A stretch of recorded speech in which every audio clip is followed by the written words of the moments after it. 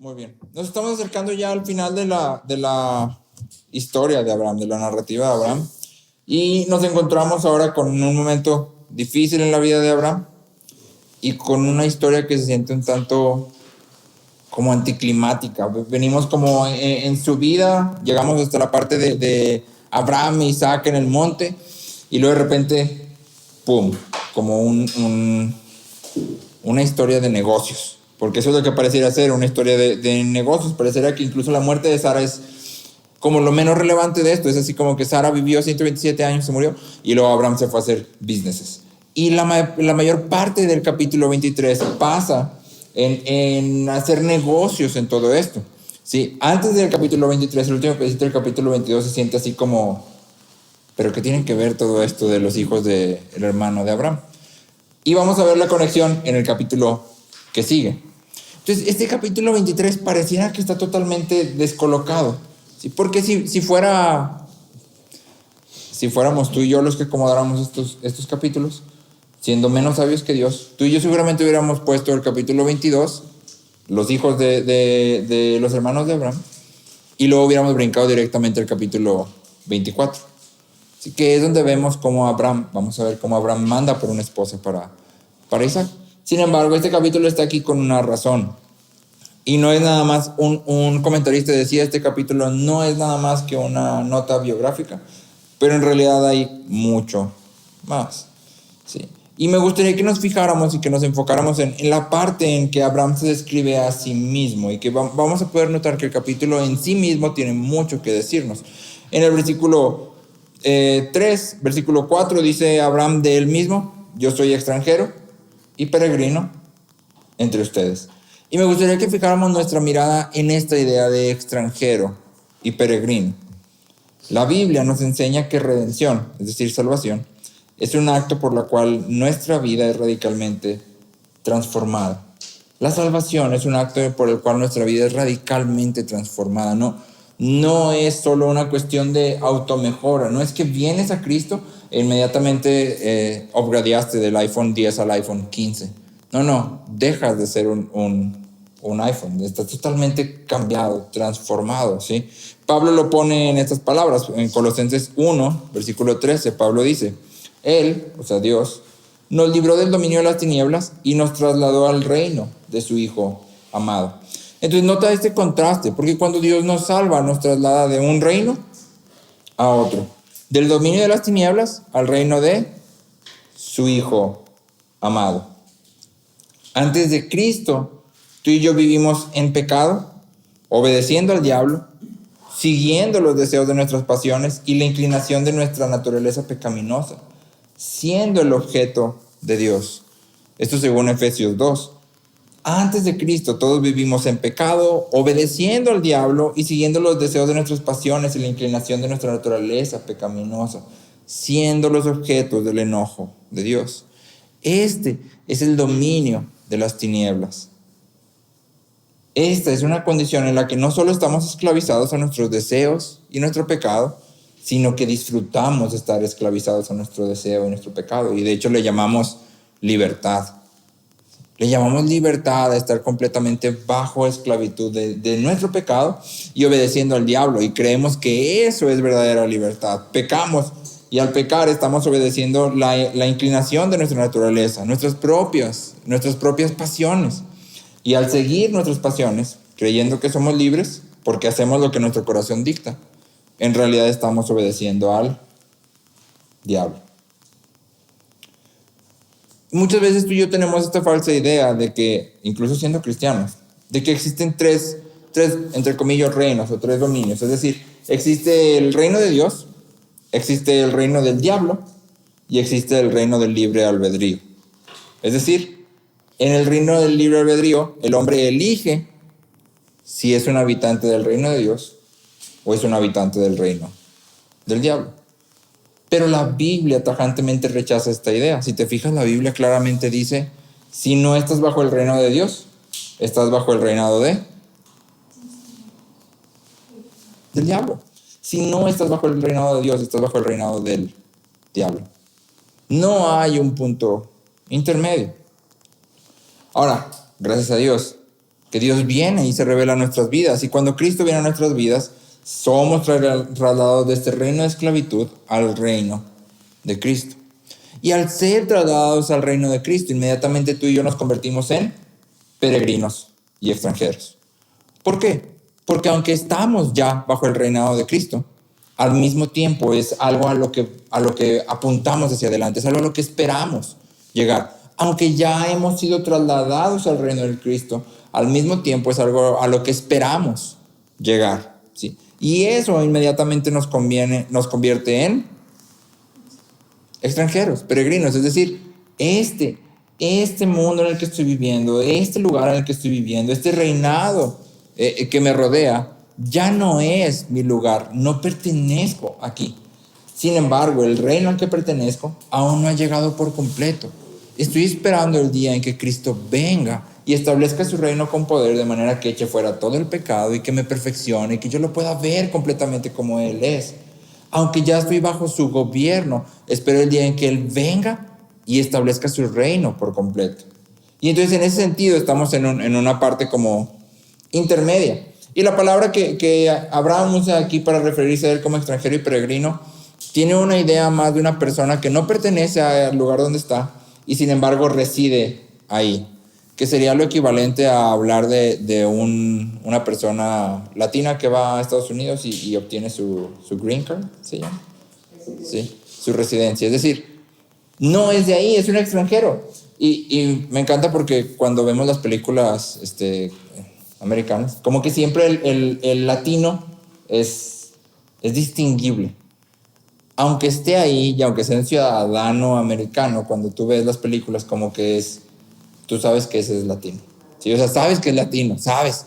Algo hace, algo dice, se viste de cierta forma o habla de cierta forma y tú dices, ok, sí, es gringo en el sentido de que, o es americano en el sentido de que tiene la residencia americana, pero como que no es de ahí, como que algo no cuadra. Y esa es la idea que Abraham da aquí.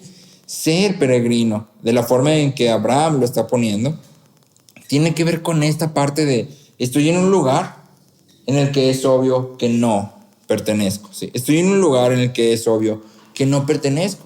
Y entonces mientras tú y yo vivimos en este mundo, en realidad estamos pensando, o deberíamos estar pensando en el reino por venir. Mientras hacemos nuestra vida diaria, mientras estudiamos, mientras trabajamos, si estamos solteros, casados, si tenemos hijos o si no tenemos hijos, en todas las decisiones que tomamos sobre nuestro tiempo y sobre nuestro dinero, en realidad deberíamos estar poniendo la mirada en lo que está por venir. ¿Por qué? Porque reconocemos que esta vida es solamente una pequeña preparación para la vida que realmente cuenta. Lo que esta vida dura es minúsculo a comparación de vida eterna, que es vida para siempre. Y no sé si recuerdas que veíamos en Juan y decíamos, todos los hombres van a vivir eternamente. Todos los hombres van a vivir para siempre. Todos. Cuando la Biblia habla de que Cristo nos da vida eterna, no significa que hay unos que van a desaparecer en la oscuridad, en el vacío, sino que habla de que nos va a dar vida de la calidad de Dios. Pero todos los hombres van a vivir para siempre. Y en ese sentido, entonces, todos los hombres viven para la vida después de la muerte. Todos los hombres viven para la vida después de la muerte, lo sepan o no. Todos estamos viviendo para eso. Y esa es la vida que realmente cuenta, porque esa es la vida que realmente va a durar. Esa es la vida que realmente va a tener un efecto sobre nosotros. Y entonces ser peregrino significa, de entrada, que aunque vivimos en este mundo, debería ser obvio que no pertenecemos a este mundo. Y en este pasaje específicamente hay 3 áreas de nuestra vida que deberían ser claramente afectadas por nuestro estado como peregrino y extranjero. Sí. Hay 3 áreas de nuestras vidas que deberían de ser afectadas directamente por nuestro estado como peregrino y extranjero. Ahora, realmente, si tú piensas en que perteneces a otro reino y yo te preguntara, ¿cómo es que sabes que una persona es de otro reino? Y la respuesta sería, bueno, o de otra ciudad o de otro país, que sería lo más cercano a hablar de reinos en nuestra cultura, ¿no? Sería, habla totalmente distinto, se viste totalmente distinto, come totalmente distinto, sus objetivos en la vida son totalmente distintos, ¿sí? Realmente cuando hablamos de ser peregrinos y extranjeros es algo que debería cambiar totalmente nuestra vida. A Francis le gusta ver a una youtuber, que no recuerdo cuál es su nombre real, pero me sorprende verla y que te platique de cómo era su vida en Corea y de decir, si en Corea pesas más de 50 kilos, más de 40 kilos, estás gordo. Estás gordo, o sea, pesar más de 40 kilos, gordo. Si no sacas puros 100 en tus exámenes, no sirves para nada. Si no eres blanco, no vales. Y entonces puedes ver que la cultura es totalmente distinta. Entonces, cuando hablamos de ser peregrinos extranjeros, en realidad es algo que debería de cambiar todo. Cómo hablamos, cómo pensamos, qué comemos, cómo todo. Pero aquí hay 3 áreas que quiero hacer énfasis porque creo que el pasaje hace énfasis en ellas. Sí. Entonces, la primera parte tiene que ver con la noticia triste que está al inicio del capítulo. Sí. Después de narrar sobre las noticias de la familia de Abraham, la narrativa rápidamente pasa a decirnos que Sara muere a los 127 años. Y aquí hay una nota interesante, porque no sé si te has fijado que a lo largo de la narrativa de Abraham, Dios ha tenido un especial cuidado con las mujeres que aparecen. Y Sara es la única mujer de la que sabemos, o de la que la Biblia nos dice tenía tantos años cuando murió. Sara es la única mujer que la Biblia dice, Sara tenía tantos años cuando murió. Y en sí mismo lo que la Biblia está haciendo entonces es conferirle a Sara honor. Esto otra vez habla acerca de que ante Dios, hombres y mujeres, somos iguales. Cumplimos roles diferentes, pero somos iguales. ¿Sí? Entonces Sara muere a los 127 años y para este punto Abraham tendría 137 años, 10 años más grande. Isaac tendría 37 años. Y han pasado 62 años desde que llegaron a Canaán. Han pasado 62 años desde que Sara y Abraham salieron de su casa y entraron a esta tierra. Han estado vagando por esta tierra durante 60 años. Y me gustaría que prestáramos atención a 2 cosas en esta primera parte. ¿Sí? Lo primero es que Abraham hace duelo y llora por Sara. Abraham hace duelo y llora por Sara. Y cuando leí el capítulo, algo que me llamaba la atención, yo sé que culturalmente es normal, pero para mí fue como... Y es que primero hace duelo y llora, es decir, primero se toma todo el tiempo que necesita para llorar por Sara que acaba de fallecer. Y cuando termina de hacer eso, se levanta y va y busca una tumba. Pero antes de buscar una tumba, antes de empezar todos los preparativos, antes de empezar a buscar resolver, Abraham, ¿qué hace? Hace duelo y llora. Y he escuchado decir algunas veces que los cristianos no deberíamos estar tristes cuando algún familiar o algún ser amado muere en Cristo. Que en realidad debería ser para nosotros un momento de felicidad y de gozo, porque ahora está mejor que nosotros. Y sí es verdad que aquellos que mueren en Cristo están mejor que nosotros. Totalmente cierto. Sí.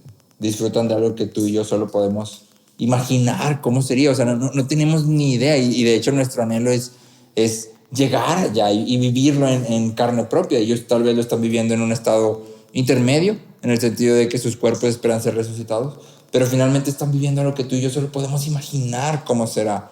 ¿Sí? Y aunque esto es verdad, sin embargo es mentira que no deberíamos de llorar. Como cristianos deberíamos de llorar e incluso deberíamos de estar enojados. Deberíamos de llorar y deberíamos de enojarnos. Esto es lo que Jesús muestra frente a la tumba de Lázaro en Juan también. ¿Recuerdas que Jesús llega y llora junto con los que están llorando? Jesús se duele con Marta y con María por lo que están pasando. Jesús se duele porque Lázaro ha sido separado de ellos. Pero al mismo tiempo Jesús está enojado, airado en gran manera. Y te acuerdas que veíamos que era esta palabra que significa bufar, que literalmente es resoplar. Literalmente quiere decir que las fosas nasales se expandían del enojo que Jesús estaba sintiendo. Y entonces es cierto que la muerte es parte del ciclo de la vida, Pero algo que tú y yo debemos de tener claro es que la muerte no es natural. La muerte no es lo normal. La muerte no es lo normal. Es lo común, es decir, es lo que a todo mundo le pasa. Pero no es lo normal en el sentido de que no es la forma en que Dios creó el mundo. Y de cierta manera u otra, todos los seres humanos sabemos que la muerte no es natural. Y es por eso que cuando la muerte llega, a todos nos sacude. Si fuera algo normal, cuando alguien muriera, todos diríamos, pues es normal. Sí, pues sí era. Sí, pues así es, ¿no? Normal. Sí, pues lo normal. Pero nadie reacciona así cuando alguien amado muere. ¿Por qué? Porque muy dentro de nosotros sabemos que la muerte no es normal, no es natural. La muerte nos recuerda que hay algo que no es como debería de ser. Y entonces cuando un ser amado duerme en Cristo, está bien dolernos y está bien llorar. Es lo correcto. Está bien recordarlo después de mucho tiempo y llorar otra vez. Cuando me casé con Francie, me llamaba mucho la atención que hacíamos manejando por el periférico. No sé, íbamos por un Dairy Queen. Y luego Francie de repente empezaba a llorar. Y yo, pues, ¿qué pasó? ¿Qué dije? Pues si ni dije nada, ¿no? Y luego, ¿qué pasó? ¿Qué tienes? Y Francie, es que me estaba acordando de mi abuelito.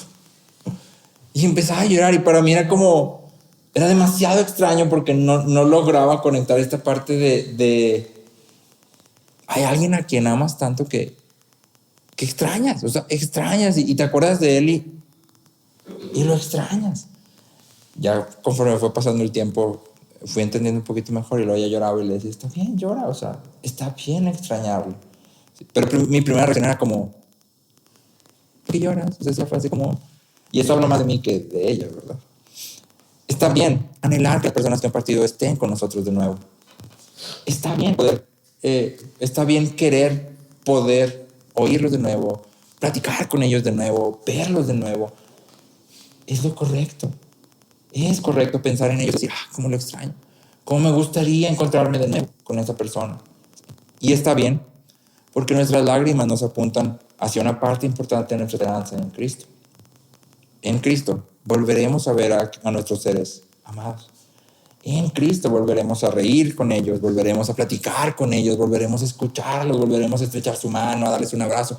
Los volveremos a ver. Y nuestras lágrimas son parte de ello. No tiene nada malo que tú te acuerdes de tu ser amado y llores, aun si han pasado 2, 3, 4, 5, 6, 7, 8, 9, 10, 20 años. No hay absolutamente ningún pecado en ello. Al contrario, está diciendo, hay algo en este mundo que no funciona de la forma en que debería de funcionar. Y yo lo sé. Y lo he vivido de primera mano. Abraham sabía esto. Abraham sabía que la muerte no era el final. El autor de Hebreos nos dice que Abraham buscaba una ciudad no hecha por manos humanas. Es decir, cuando Abraham sale de su tierra, Abraham no está esperando un pedazo de tierra físico. Abraham está buscando algo más. Abraham está buscando una ciudad eterna, cuyo arquitecto es Dios. Y Abraham cree la promesa de Dios. Y es por eso que justo después de hacer duelo y de llorar, sale a buscar una tumba para Sara. Lo más fácil para Abraham, lo más rápido para Abraham hubiera sido volver a la tierra donde salió y enterrar a Sara allá. Porque su familia ya había estado allá, lo cual probablemente, con mucha seguridad, significa que ellos ya tenían una tumba familiar allá. Sí, lo más fácil era decir, ok, pues me regreso a la tierra de donde es mi familia y la entierro ahí. Eso es lo normal, es lo que todo el mundo hace. Y sin embargo, Abraham dice, tiene sentido regresar hacia allá, porque ese no es mi hogar. No tiene sentido que yo vuelva, ese no es mi hogar. Dios ha prometido darle la tierra en la que Abraham está. Y aunque Abraham no posee absolutamente ni una pizca de la tierra en la que está, Abraham cree en la promesa. Y por lo tanto, busca enterrar a Sara en lo que en un futuro será suyo. ¿Sí? Te pregunto, cuando Abraham sale y busca una tumba, ¿dónde tiene puesta la mirada? ¿En qué está pensando Abraham? En el futuro. Abraham está pensando hacia adelante. Abraham, creo yo, es la imagen viva de lo que Pablo dice mucho tiempo después. Y dice, dejando lo que está atrás, me extiendo hacia adelante. Me extiendo hacia adelante. No tengo todavía lo que Dios ha prometido. Ni siquiera veo cómo puede ser que Dios va a cumplir lo que ha prometido. Pero sé que lo va a cumplir. Sé que mis generaciones van a estar aquí. creo en la promesa de Dios. Entonces, Abraham va y adquiere una tumba. Y entonces lo primero que debería marcarnos como extranjeros y peregrinos sobre la tierra es que nuestros rituales funerarios, por ponerlo de alguna forma, nuestros rituales fúnebres deberían de ser raros. Y deberían ser raros en el sentido de que deberíamos de llorar por la separación, pero al mismo tiempo deberíamos estar enojados contra la muerte, pero al mismo tiempo deberíamos estar celebrando que la muerte no tiene poder definitivo sobre nosotros. La muerte no puede separarnos para siempre. La muerte ha sido vencida por Cristo a través de la cruz. Y por eso Pablo, cuando habla de los que mueren en Cristo, no dice mueren, sino dice duermen. Duermen. Algunos duermen ya. ¿Por qué? Porque la muerte no tiene poder sobre nosotros. Entonces, cuando tú y yo vamos y nos enfrentamos a la muerte de un ser amado, en realidad estas tres cosas deberían estar combinadas en nosotros. Dolor por la separación, enojo contra la muerte y celebración por la victoria de Cristo. Y entonces aquí en este pasaje lo primero que vemos es que la fe de Abraham brilla una vez más. Abraham cree en la promesa de Dios y se mueve hacia ella. Pero también vemos la fe de Abraham en todo el proceso legal que se detalla, que en realidad, si lo leíste, pudiera parecer, a mí me dio la impresión de que era un proceso legal como ultra cordial, en donde todos eran demasiado amigos. Señores, les pido una tumba para mi esposa. Claro que sí, tú eres un príncipe poderoso, puedes tomar la que quieras. Díganle a Efrón, hijo de Zoar, que me dé su tumba de allá. Pero Abraham, claro que te la doy, por supuesto, tómala, o sea, tómale tumba y todo lo que tú quieras, tómala. Y es más, o sea, dame nomás 400, o sea, así, nomás que sea representativo, así nomás para dejarlo. Y esa es la impresión que da. Si tú lo leíste, seguramente tuviste una impresión similar de que como que todos en esta historia son, diría yo, demasiado cordiales. Y nos da esa impresión porque en realidad lo que está pasando no es tanto así. Cuando Abraham se levanta y viene a los hijos de Et, Abraham les dice, denme una tumba, denme una tumba. ¿Qué está pidiendo Abraham? Propiedad, denme algo que sea mío. ¿Qué dicen los hijos de Et? Pues te presto la mía, si puedes agarrar la que tú quieras. Te presto la que tú quieras y pues nadie te va a decir nada, o sea, pues entiérrala ahí en la que tú quieras. Pero Abraham no quiere una tumba prestada, quiere una tumba que sea suya, quiere una tumba propia. Sí, otra vez, ¿por qué? Porque Abraham cree lo que Dios ha dicho. Abraham dice, esta tierra va a ser tuya. Y entonces Abraham dice, yo no voy a deber nada a los que están aquí. Necesito una tumba que sea mía. Y luego viene Efrón. Y Efrón si has ido a tiendas departamentales, a mí me pasaba alguna, ya no voy, pero cuando iba, ves un sillón bonito, así, un sillón individual. Y luego te acercas al sillón individual a ver cuánto cuesta. Y resulta que levantas la etiqueta y el sillón individual cuesta 35,000 pesos. Porque el sillón individual en realidad no se vende como un sillón individual. Es el sillón individual más el sillón de 2 piezas, el sillón de 3 plazas, más la mesa, más la lámpara, más el tapete. Y no se vende solo. O sea, ¿quieres este sillón? Tienes que comprar todo lo demás. Y eso es justo lo que hace. Abraham dice, véndeme la tumba. Y Efrón le dice, claro que por supuesto te vende la tumba. Pero si quieres la tumba, también tienes que comprar el campo. Como que es combo, no lo puedo vender por separado, es que si lo vendo por separado le pierdo. Y además de eso, el precio que le da es bastante elevado. Efrón le dice, dame 400 ciclos de plata. Muchísimo tiempo después, no tenemos idea de si hay inflación, pero muchísimo tiempo después, David compra toda la era de Arauna, es decir, la tierra donde se construye el templo, toda la tierra donde se construye el templo, por solo 50 ciclos de plata. Y mucho tiempo después, Jeremías compra todo un campo por solo 17 ciclos de plata.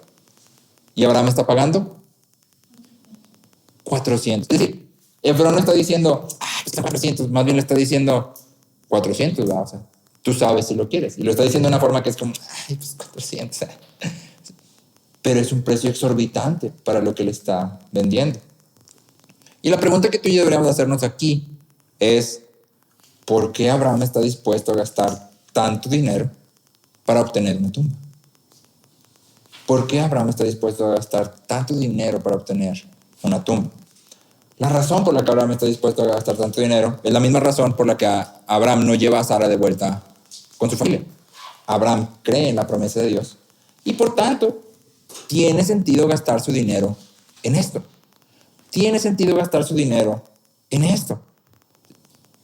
Si te das cuenta, esta porción que parece como pasar desapercibida, en realidad nos está mostrando que la promesa de Dios está avanzando. Porque han pasado 60 y tantos años y Abraham no había poseído ni una sola parte de tierra, ni una sola ramita de toda la tierra de Canaán era suya. Pero aquí, Abraham posee una tierra y una tumba. Es decir, la promesa que Dios había dado de esa tierra será tuya, aquí empieza a moverse. La promesa de Dios de esta tierra será tuya y tus descendientes aquí empieza a moverse. Y entonces vemos una vez más que Dios ha prometido y Dios va a cumplir. Dios va a cumplir. Y entonces Abraham lo sabe. Imagínate, Abraham ha estado 60 años esperando que la tierra sea suya. Y de repente le dicen, ok, te vendo este pedazo de tierra y te la voy a dar a 3 millones de pesos. Pero Abraham tiene 3 millones de pesos. ¿Valdrá la pena comprarlo o no valdrá la pena comprarlo? Sí, totalmente vale la pena. Vale la pena porque Dios ha prometido que será tuyo. Y entonces vale la pena gastar 3 millones de pesos que tienes para comprarlo. Sería un error si Abraham hubiera dicho aquí, claro, déjame sacar mi tarjeta de crédito con crédito ilimitado para... Ahí ya hubiéramos cometido un error. Pero Abraham tenía los 400 ciclos y entonces paga los 400 ciclos. Entonces nota esto. Abraham está invirtiendo su dinero con su mirada puesta en la eternidad. Abraham está gastando su dinero con la mirada puesta en la promesa.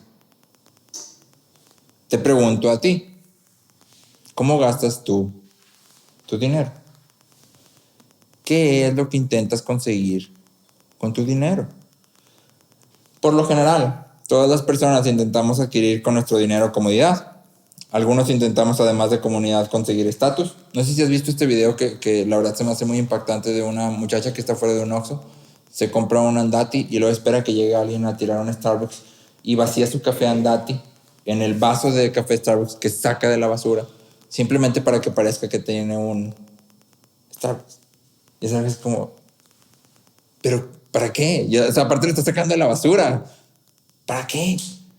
Pero muchas veces gastamos nuestro dinero simplemente para aparentar que tenemos cierto nivel de vida, cierto reconocimiento. Y algunos otros intentan conseguir, aparte de comodidad y estatus, poder sobre otros. Ahora me gustaría que imagináramos este escenario, tratando de llegar al punto de ¿qué estás tratando tú de conseguir con tu dinero? No importa si es mucho o si es poquito, todos gastamos. No importa si es mucho o si es poco, todos gastamos. Y entonces te pregunto, ¿qué estás intentando tú conseguir con tu dinero?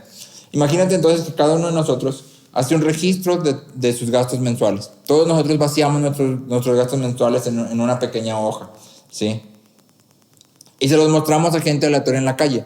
No se vale ponerle a tus gastos ofrenda, ni se le vale ponerle palabras cristianas, no, nada. O sea, tú simplemente vas a poner luz, agua, y tal vez todo lo que das a la iglesia le vas a poner dar, así nomás, dar. ¿Cuántos de nuestros registros, si se lo mostráramos a gente que va caminando por la calle, la gente pudiera decir, se ve que es cristiano? No, sí se nota que es cristiano, sin nombre, sin fotos, sin nada, simplemente por la forma en que gastamos dinero. ¿Cuánta gente podría decir es cristiano? Y luego vamos todavía un paso más allá. Imagina que divides todos tus gastos en solo 3 categorías. Vas a hacer tu mismo registro, pero solo vas a usar 3 categorías. Número 1, vas a usar comodidad y diversión. Número 2, vas a usar estatus. Y número 3, vas a usar eternidad. Número 3, vas a usar eternidad. Obviamente estoy dejando por fuera todos los gastos de supervivencia. Que incluso esos pudieras, porque por decir, estamos muy acostumbrados a internet. El internet no es supervivencia. A menos que necesites internet para trabajar. El internet no es supervivencia. ¿Sí? Entonces, si tú dividieras todos tus gastos en estas 3 categorías, comodidad y diversión, estatus y eternidad, cuando vieras tu registro de gastos, dirías con sinceridad que tu mirada está puesta en lo eterno? Podrías ver tu registro y decir, aquí, obvia y claramente, se ve que yo estoy viviendo con la mirada en lo eterno. Ahora, a fin de tratar de hacer esto menos ambiguo, porque decir, está en lo eterno, ¿qué significa? ¿Cómo invierto en un terreno en el cielo? Cuando hablamos de invertir en lo eterno, hablamos de invertir en aquello que la Biblia ha puesto como importante. ¿Sí? ¿Cuáles son las cosas que la Biblia ha puesto como importantes respecto a nuestro dinero? Obviamente proveer para nuestra familia es importante, pero después de eso, proveer para la obra de Cristo debería ser una prioridad. Sí, proveer para la iglesia y para los misioneros que salen debería ser una prioridad. Y después de eso, soportar a todos los hermanos a nuestro alrededor que no pueden soportarse o que tienen dificultades, debería de ser prioritario. Cuando tú y yo llegamos al Nuevo Testamento, vemos que los creyentes vendían sus cosas para dar a otros. Vendían lo que tenían a fin de que todos pudieran vivir. Esa es una prioridad clara. Los primeros creyentes decían, ok, tú estás pasando hambre, pero a mí me sobra esto. ¿Sabes qué voy a hacer? Lo voy a vender. Pero no solo decían, a mí me sobra esto, sino que decían, puedo vivir sin esto. Tal vez no me sobra, pero puedo vivir sin ello. No lo necesito. Y tú sí necesitas. Entonces, ¿qué voy a hacer? Venderlo. Venderlo para poder proveerte a ti. Entonces, cuando hablamos de lo eterno, hablamos de aquellas cosas que la Biblia, que el Evangelio ha puesto como prioritario. Y cuando te pregunto, ¿cómo gastas tu dinero? Te estoy preguntando, ¿cuáles son tus prioridades? No te estoy hablando de cantidades, porque a lo mejor tú me vas a decir, pues que yo en comodidad de diversión gasto 2,000 pesos. Ok, pero si ganas 50,000, tal vez es una cantidad poquita. Pero si ganas 3,000, es una cantidad exorbitante en comodidad de diversión. Entonces, no pienses en cantidades, piensa más bien en un balance. Si lo hicieras, vamos a decir, por porcentajes. ¿Cuánto porcentaje de tu dinero gastas en comodidad de diversión? Que en sí mismo comodidad de diversión no tiene en sí mismo nada de malo, pero si es tu categoría dominante, hay algo en el corazón. ¿Cuánto gastas en estatus? Que creo que es un poco más difícil de identificar, pero finalmente está en nosotros. Y ahí sí, esa no tiene nada de bueno. Gastar simplemente para tener estatus no tiene nada de bueno. ¿Cómo gastamos para tener estatus? Generalmente lo gastamos comprando ropa de ciertas marcas, o ropa que se ve de cierta forma, o ropa que venden en ciertas tiendas específicas.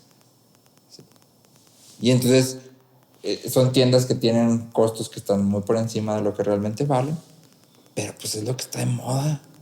Y así me voy a ver cool como los de las películas. Y entonces estamos gastando por estatus. Quiero verme como alguien más. ¿Sí? Se viste bien chido, así me quiero vestir yo. Y entonces empiezo a buscar eso. ¿Sí? Y es una pregunta que creo es muy práctica. ¿Cuánto estás gastando en tus categorías? Y entonces, a la luz de eso, ¿en dónde está puesta tu mirada? Entonces, en primer lugar, nuestro estado como peregrinos y extranjeros debería de cambiar la forma en que enfrentamos la muerte. En segundo lugar, debería de cambiar la forma en que gastamos nuestro dinero. Puede extenderlo también a tu tiempo, porque claro que también es un recurso finito.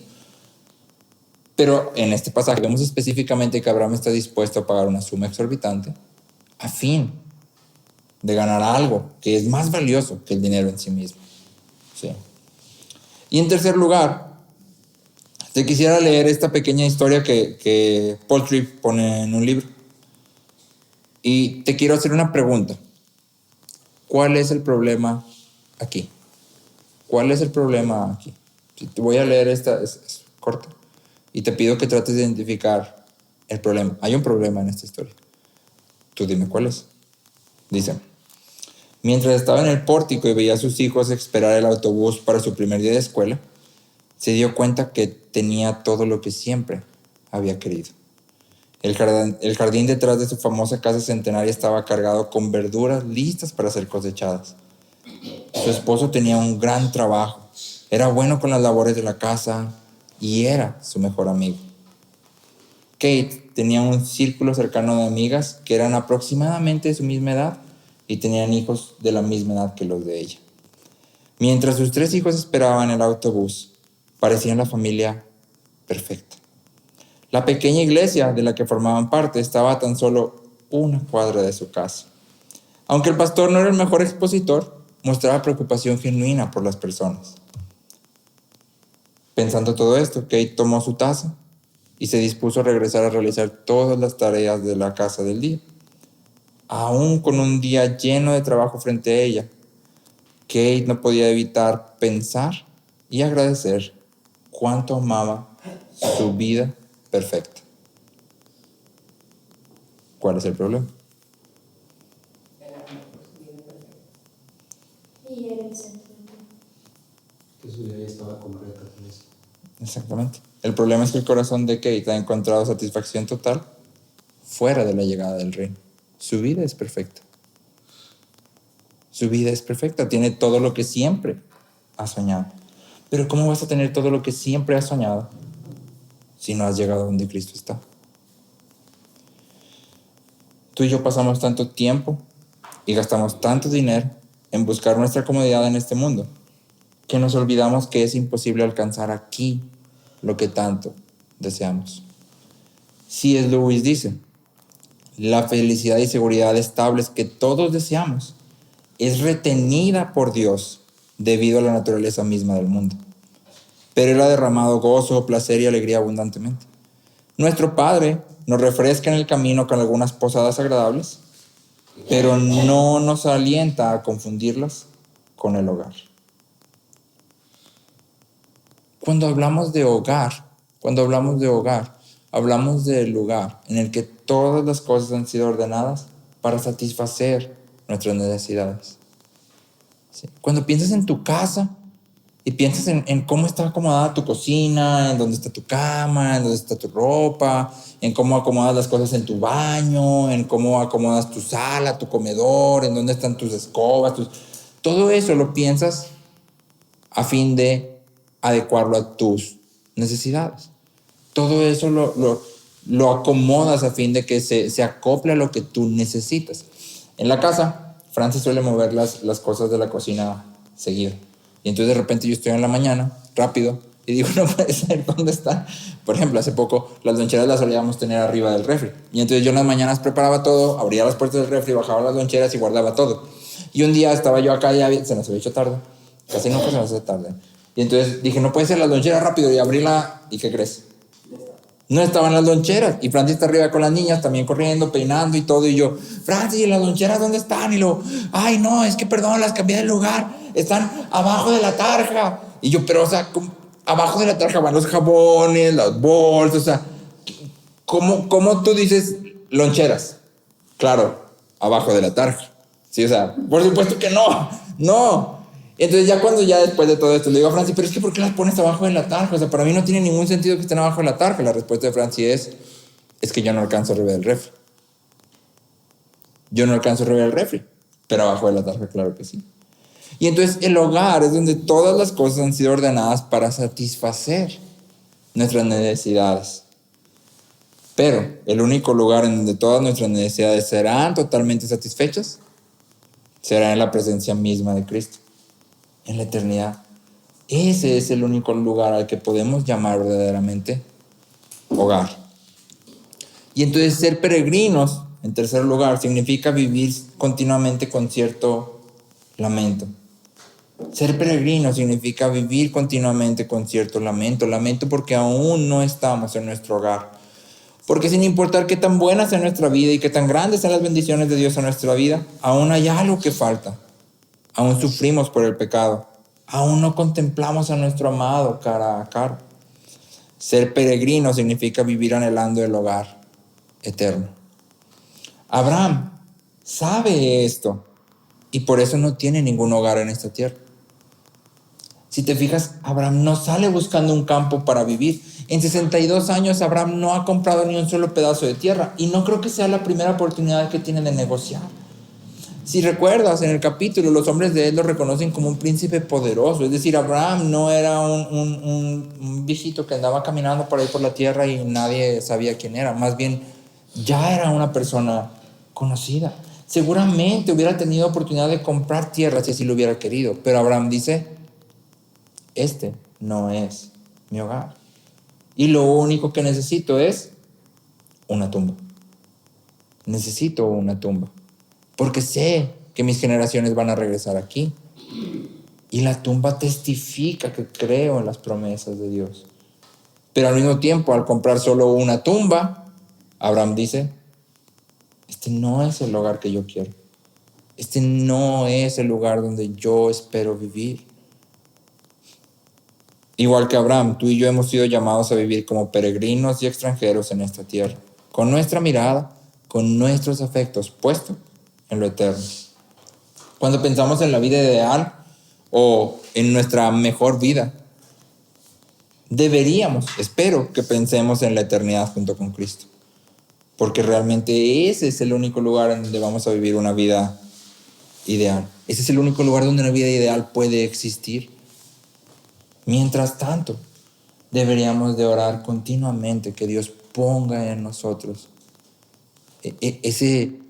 esa pizca de insatisfacción. Tal como lo dice C.S. Lewis, podemos tener posadas agradables. Una posada es un hotel. O sea, hay momentos en la vida en que puedes sentirse agradable y que Dios ha tenido cuidado y que Dios nos ha bendecido. Y sin embargo, no es mi hogar. Mi vida no es perfecta. Porque no puede ser perfecta. Porque para que sea perfecta, tengo que estar cara a cara con Cristo, sin pecado, con todos aquellos que han partido antes que yo. Esa es la única forma en que mi vida puede ser genuinamente perfecta. Y esa es la forma en que tú y yo, como peregrinos y extranjeros, deberíamos de vivir.